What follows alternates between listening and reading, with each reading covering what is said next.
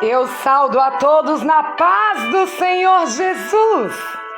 E o texto bíblico para a mensagem de hoje está no livro de Gênesis, capítulo 22, verso 1 e 2, aonde fala: depois dessas coisas, pôs Deus Abraão à prova e lhe disse: Abraão. Este lhe respondeu: eis-me aqui.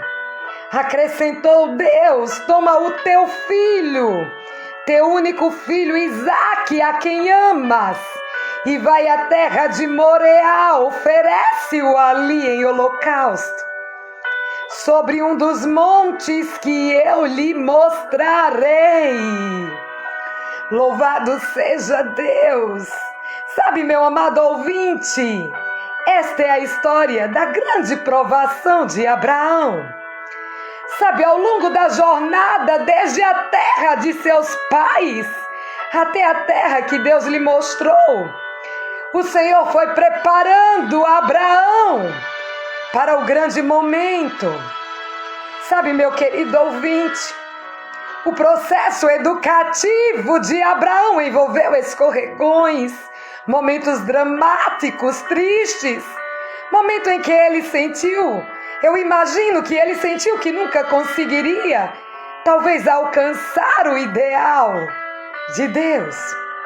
Sabe, meu amigo, na Bíblia nós achamos histórias maravilhosas de homens como Enoque, em cuja vida não há registro de quedas, e que finalmente foi transladado vivo para os céus.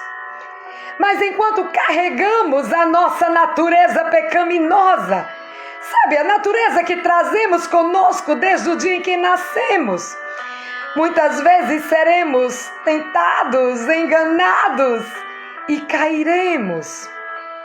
Agora, o erro não deveria servir para desanimarmos, afundar-nos ou criar em nós o complexo de derrota e de conformismo. Sabe, erros não são para serem explicados, mas para serem aceitos, reconhecidos, assimilados e colocados em nossa experiência como parte do processo educativo. Sabe, deixa eu dizer uma coisa para você.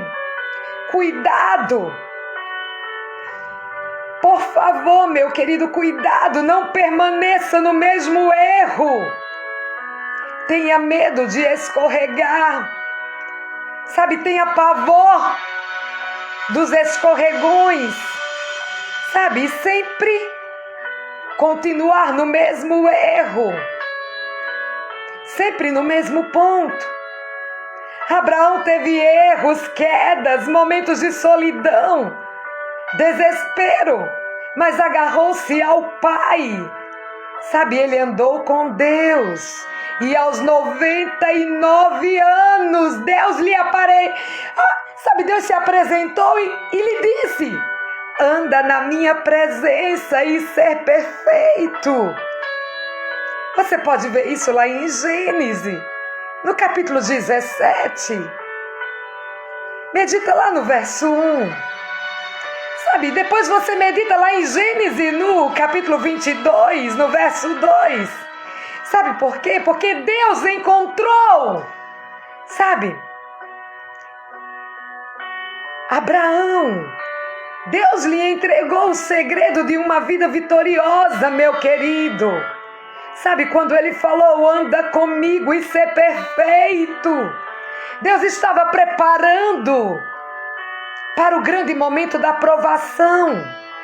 E anos depois, Deus se apresenta e diz: toma o teu filho.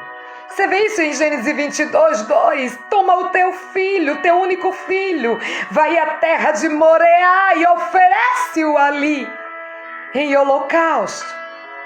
Sabe, deixa eu te dizer uma coisa. O texto de hoje, meu querido, nos traz grandes lições. A primeira delas é o compromisso do pai e do filho no processo de salvação. Sabe, meu querido ouvinte, Geralmente, quando pensamos na salvação, pensamos que o Pai é intransigente, castigador, implacável. Porém, o Filho, ele é perdoador, intercessor. Sabe, maravilhoso, bonzinho. Quando pensamos, sabe, o Pai, pensamos é o justiceiro, que tem uma lei que pune o desobediente. Porém, o Filho é aquele que ama, sabe, que veio morrer em lugar do homem e apresenta o seu sacrifício diante do Pai.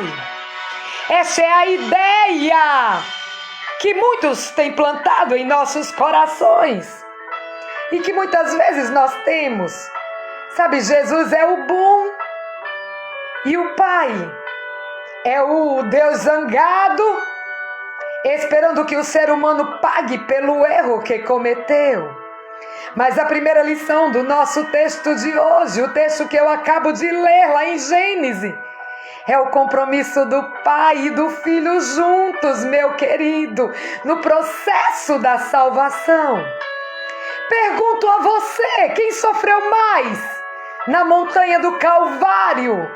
O pai que estava, sabe, morrendo, ou o pai que não podia fazer nada para poupar o sofrimento do filho?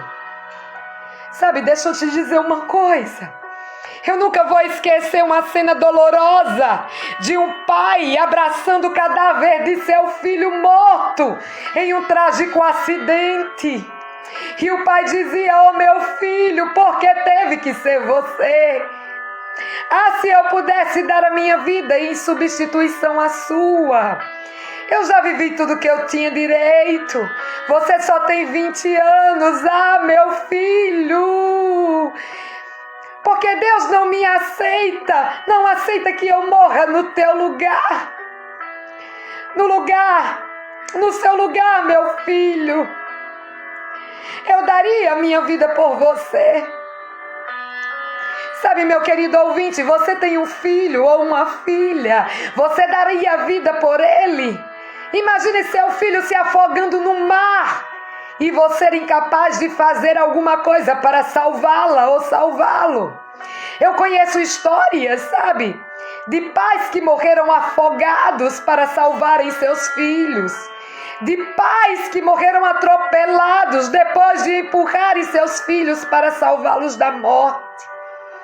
Sabe, o pai salvou-se. E o outro pai morreu na montanha do Calvário. Havia um pacto de amor.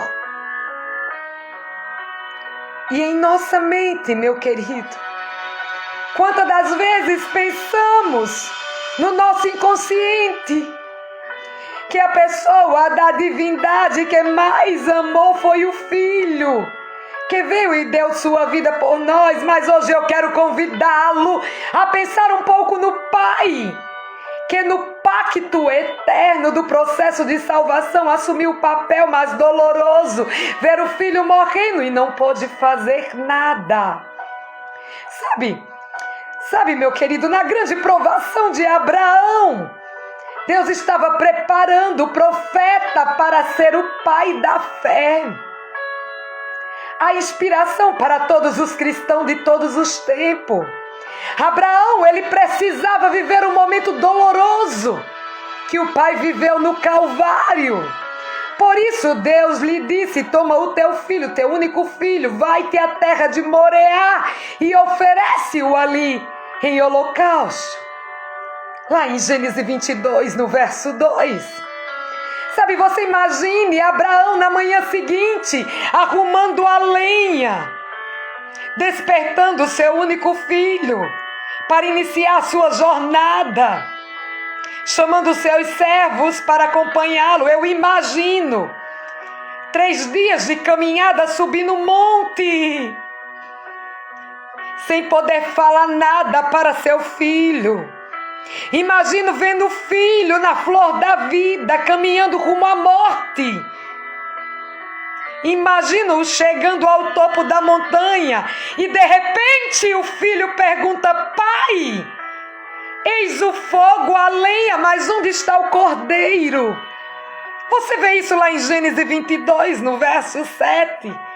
Você imagine Abraão ter que dizer, meu amado ouvinte: filho, você é o sacrifício.